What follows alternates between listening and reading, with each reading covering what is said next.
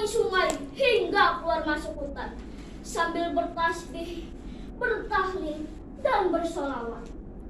Hingga pada suatu daerah yang tempatnya tidak jauh dari Kesultanan Banten, tepatnya di kaki Gunung Pinang. Tiba-tiba terdengar suara deru kaki kuda dan krikikan kuda. Hei, gedebuk, gedebuk, gedebuk. Terlihat debu-debu bertubangan, sautan kaki kuda mengiringi segerombolan kuda yang di atasnya duduklah orang-orang berbadan besar, berwajah sangar sambil mengancung-ancungkan goloknya.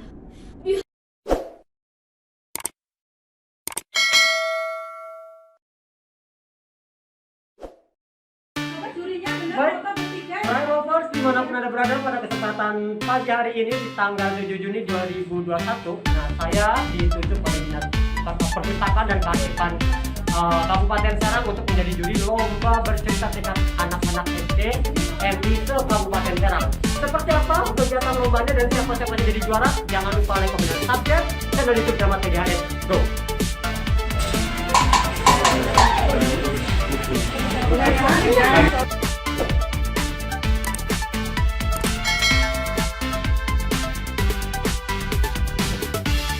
Teman-teman, perkenalkan nama saya Radifania Maulidi. Berdirinya saya di sini. Saya akan menceritakan asal mula Ramatwati. Cerita ini dikutip dari narasumber, tokoh, dan kesepuhan masyarakat Keramat Batu dan ditulis oleh Al-Muksin SPD. Pada zaman dahulu kala, tepatnya di daerah Teluk Banten, sedang terjadi peristiwa yang sangat memprihatinkan, yaitu terjadinya peristiwa Pagep, di mana masyarakatnya ditimpa wabah penyakit yang tidak bisa diobati, sehingga masyarakat Teluk Banten mengalami kemiskinan, kejahatan merajalela, perampokan, penganiayaan, dan kerusuhan terjadi di mana-mana. Peristiwa Pageduk ini sudah terjadi begitu lama, sehingga terdengar oleh sang kiai yang berada di daerah Gunung Jati, Cirebon. Saat itu, di sebuah pondok pesantren di daerah Cirebon, yang para santrinya sedang serius menuntut ilmu agama. Ada yang belajar kitab kuning, bertadarus Al-Quran, hingga belajar ilmu-ilmu agama lain-lain. Pada sudut ruangan pesantren, ada salah seorang santri yang sedang asik memandangkan ayat-ayat suci Al-Quran.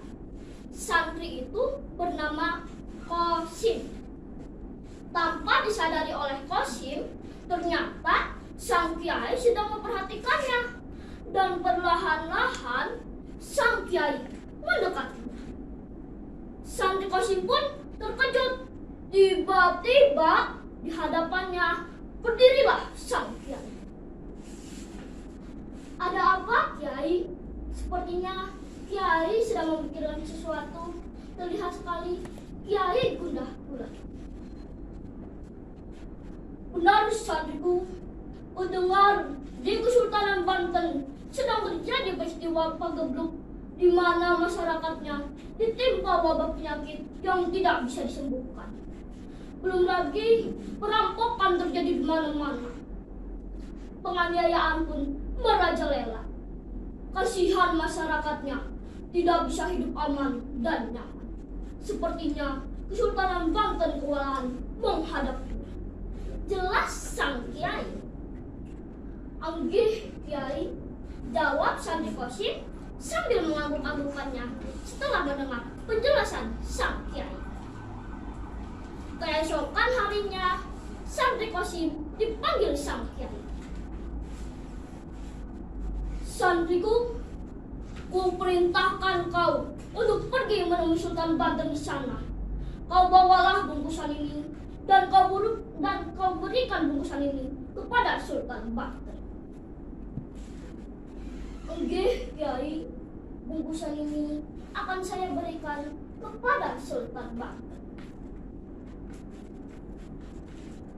Ingat, santriku, bungkusan ini harus sampai ke tangan Sultan Banten. Dan janganlah kau berikan kepada siapapun, apalagi sampai jatuh ke tangan orang-orang jahat. Anggih, Kiai, bungkusan ini akan saya berikan kepada Sultan Banten. Ingat sandiku, sang Kiai kembali berpesan. Jangan sekali-kali kau buka bungkusan itu.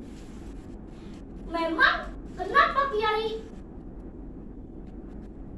Saya bilang jangan buka, jangan. Kau dengarkan saja perintahku, jawab sang Kiai dengan nada sedikit keras.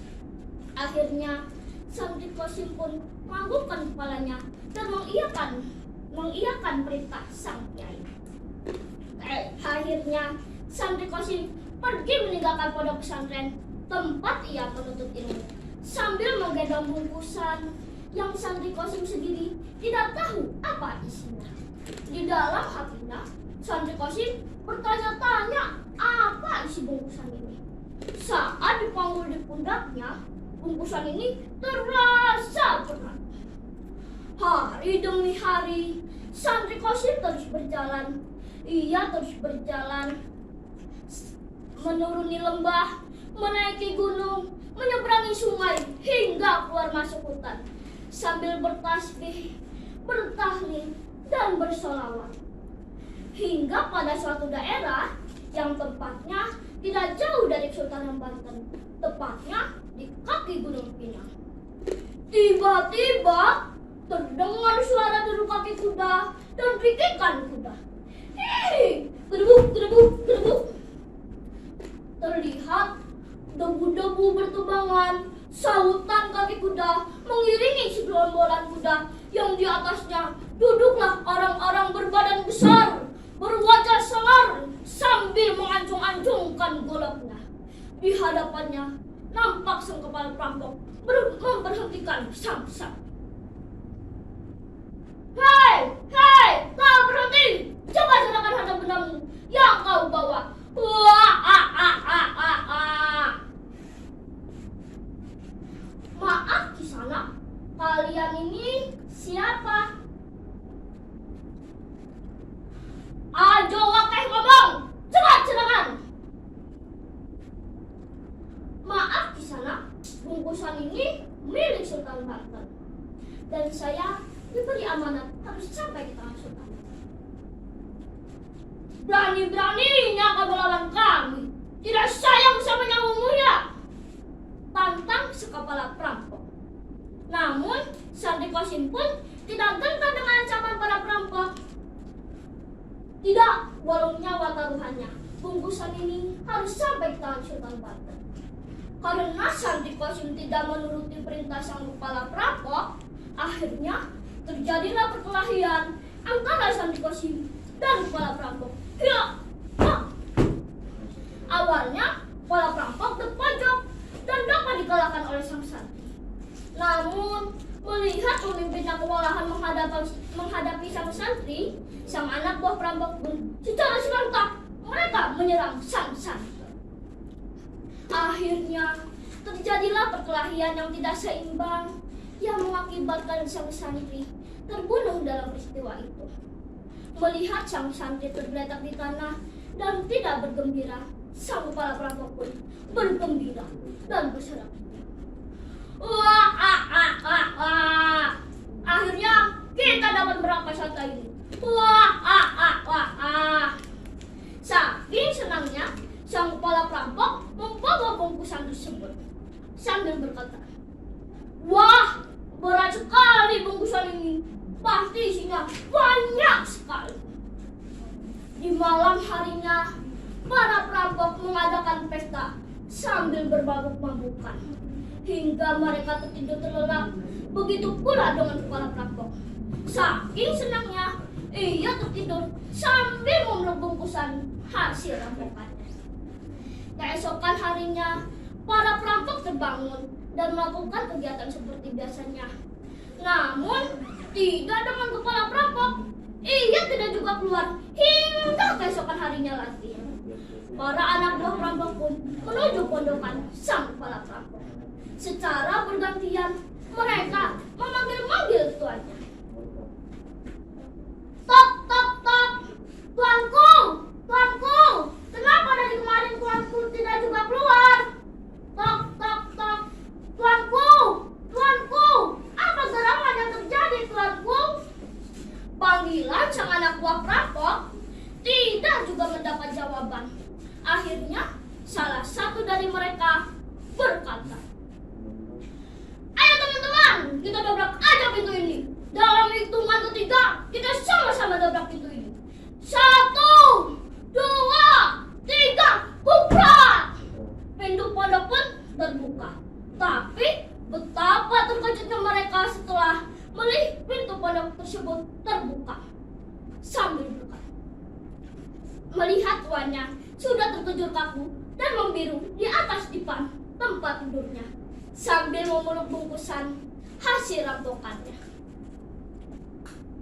Pandangan ternyata tuannya sudah tidak bernyawa lagi. Pandangan mereka pun tertuju pada bungkusan kain putih di dekat tuan.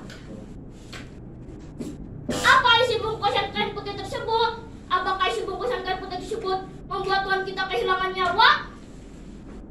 Akhirnya, salah satu dari mereka pun membuka bungkusan kain putih tersebut dengan hati duk.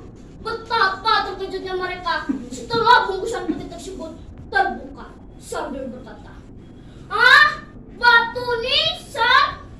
Ternyata bungkusan putih tersebut berisi batu nisan tanpa nama. Hati mereka pun bergetar. Seluruh tubuh mereka lemah seketika, seolah tidak ada tenaga untuk menopang tubuh mereka. Mereka hanya bisa terduduk lemas, lunglai sambil memandangi batu nisan tersebut.